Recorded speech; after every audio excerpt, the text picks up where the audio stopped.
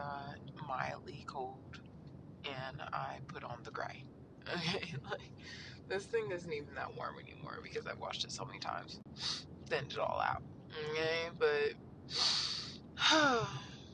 this week, last weekend, I tell you what, if the devil didn't try me before, he sure did try me then. Okay, so I just was praying and I was like, God, I haven't really had any serious chats, which is good and bad, like this not been like I've felt like I just had anything too deep to discuss. But yesterday I was like, I'm ready. I'm ready to start sharing my testimony, of course, in bits and pieces because, all right, if you know, you know, all right? So this morning I'm like, what should I talk about? And immediately the first thought that came to my mind is hope. Like, just the hope that I've had over these past couple months has genuinely got me through, even if it's something that isn't happening or isn't true or isn't taking place. I've moved though. Like, I've been able to simply be. I've been able to go to work. I've been able to clock in, to wake up, to get there on time most days. um, I've been able to do what I need to do basically because of hope. And when I think about that, I think hope comes from the Lord, and I have hope in God that things will take place regardless if they have or if they haven't.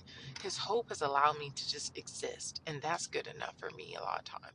So hope has been like my saving grace. I mean, whether or not I'm hoping I think it's just honestly just positive speaking into my life because it's like I have hope. That's why, like, if I was hopeless, then I couldn't. What's the point of getting up? Like, if I was hopeless and had no hope in my business, for example, I would never update my site. I have hope that it will be successful to the point that I would like it to see it and that God needs it to be. So it's like I have to operate in a place of hope. I have to have that. If I don't, then I can't really be. And anytime that I've spoken negatively over my life and just been like, yeah, the reason why is just because you just are a bad person, I knew that wasn't true. I knew that that was hopeless talk. So I had to cancel that out. So I'm big on apologizing to God because I, I don't know why. I don't know why I think that He's a petty God and that if I just keep apologizing for the sins that I've committed, that not only am I apologizing to Him, I'm apologizing to myself. Like, hey, P, like, that's not what was supposed to happen. So I remember as of recently, some news that I found out. I'm like, God, I'm so sorry. I'm so sorry that I didn't listen to you. I'm so sorry that I didn't go where you need me to go, that I didn't move where you need me to move. And essentially I'm definitely apologizing to him, but I'm also apologizing to myself. Like, Kayla, I'm sorry that I don't know if I put my hope in the wrong thing or if I've just believed in something. Regardless, I'm sorry. I'm sorry that that didn't happen to you, Kayla, like to yourself. All right. So yeah, lots of self-talk with myself. I look so rough today, like like, I really need to get myself together. Anytime that the temperature drops anywhere below like 70, I think that's winter again and that seasonal depression is about to kick in. My body's like, no, we're okay. We're going to be fine. We already have enough going on with our mind, body, and spirit right now, physical and mental. We don't need to take on any more, okay? It's not that cold, all right? Just dress warm, all right? You're gonna be okay, all right? So, anyways, I'm big on apologizing to myself, reminding myself to put my hope in God. And that's not to say that I'm not gonna have some things that I want to happen. That I'm not going to be let down because something that I wanted to believe in, something that I wanted to happen isn't happening, or it's not happening how I thought that was going to happen. That doesn't mean that I'm not going to be let down just because my hope is in God. And I have to have been realized that. Okay, now that's a big one, all right?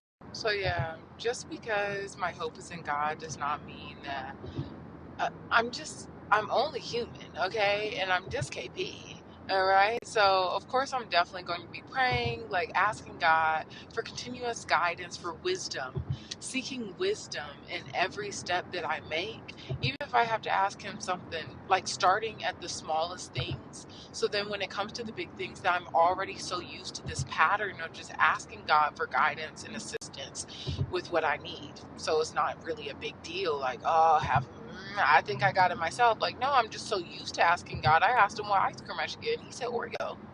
So I love a good Oreo. Okay, so just like learning to trust Him again and make it a habit to put my hope in Him. So yeah, I definitely need to start a plan in my Bible or something to where I'm reciting in hope in God is becoming routine for me. That feels so stupid. I got a shot in my left arm.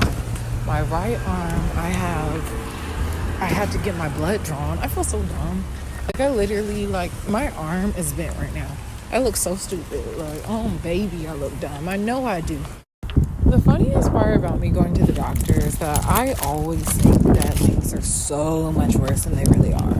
And that's just in life. Like, I'm like, I know what I have.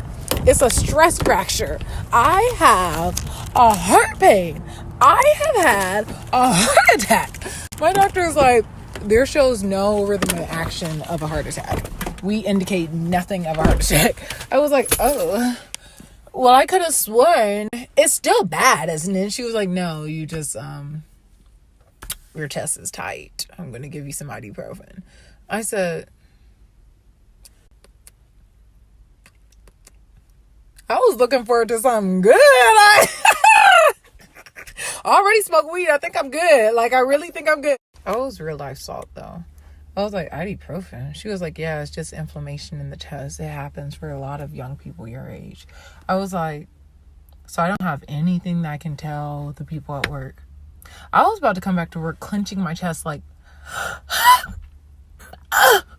and coughs and you know, whatever else I can make up. Like, children, settle down. Doctor's orders, you need to settle down. Doctor says I can't be around too much yelling, anything that will trigger stress within me. She said, no, it's just inflammation. It happens. I said, what am I supposed to tell the people?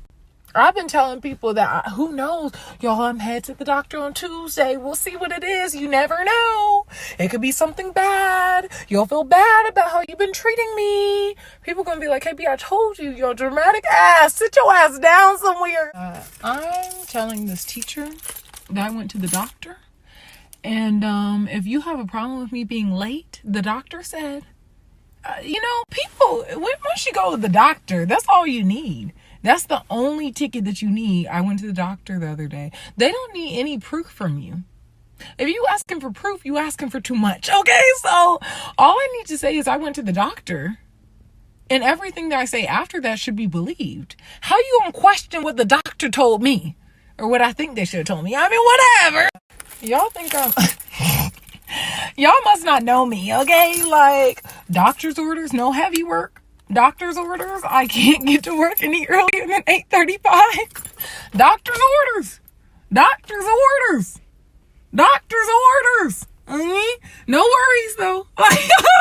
No worries. If you're gonna be late in California, no worries. It's like one of the, like, most passive-aggressive, like, little terms that we use out here. So no worries really means exactly the opposite.